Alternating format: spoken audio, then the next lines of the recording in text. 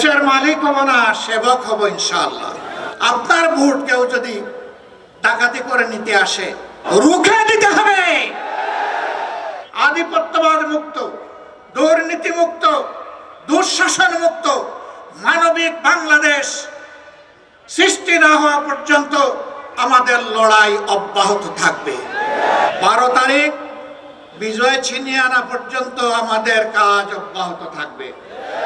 13 তারিখ থেকে নতুন অধ্যায়ের কর্মী হয়ে, শ্রমিক হয়ে কাজ শুরু করব ইনশাআল্লাহ।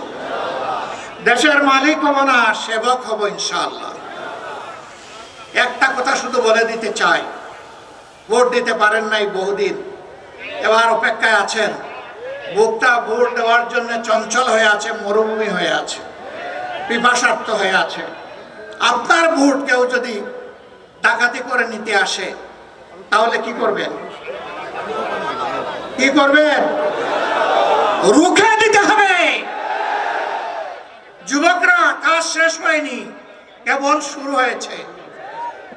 এই দেশ থেকে বৈষম্য, অবিচার, দুর্নীতি, চাঁদাবাজি, দখলদারি, স্বৈরতন্ত্র বিদায় নিয়ে ন্যায় এবং ইনসাফ ভিত্তিক, আধিপত্যবাদ মুক্ত, দুর্নীতি মুক্ত, দুঃশাসন মুক্ত মানবিক বাংলাদেশ সৃষ্টি না হওয়া পর্যন্ত আমাদের লড়াই অব্যাহত থাকবে।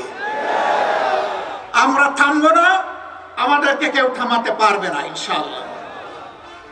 আমরা চলতেই থাকবো যতদিন পর্যন্ত এই জাতি তার মঞ্জিলে মকসুদে না পৌঁছবে। মহান রবের দরবারে দোয়া করে, হে আল্লাহ, আগামীতে ন্যায় ইনসাফ যারা এই দেশে কায়েম করবে, তোমার গায়েবী মদদ দিয়ে তাদেরকে সাহায্য করো। নতুন কোন দুর্বৃত্ত নতুন কাপড় পরে আবার যেন আমাদের সামনে না আসতে পারে, তুমি ওদেরকে আটকায় দাও।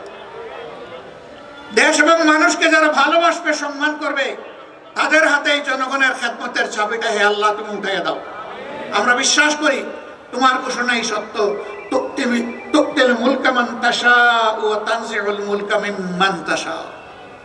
যাকে চাও ক্ষমতা তুমি তার হাতে পৌঁছে দাও, আর যাকে অপছন্দ করো তার হাত থেকে ঝাপটা মেরে তুমি কেড়ে নাও।